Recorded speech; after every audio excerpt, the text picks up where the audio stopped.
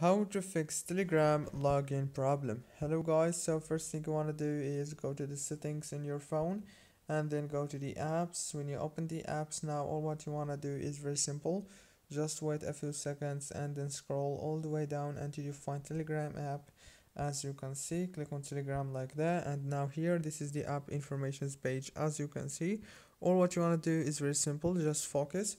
First thing, click on force stop, and after that click on storage. Click on clear cache, go back again, click on power usage details, and then disable the power consumption alert and disable it after 3 seconds.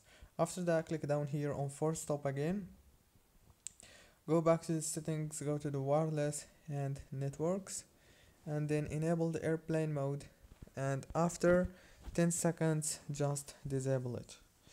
Don't forget to like and subscribe. Thank you so much for watching this tutorial.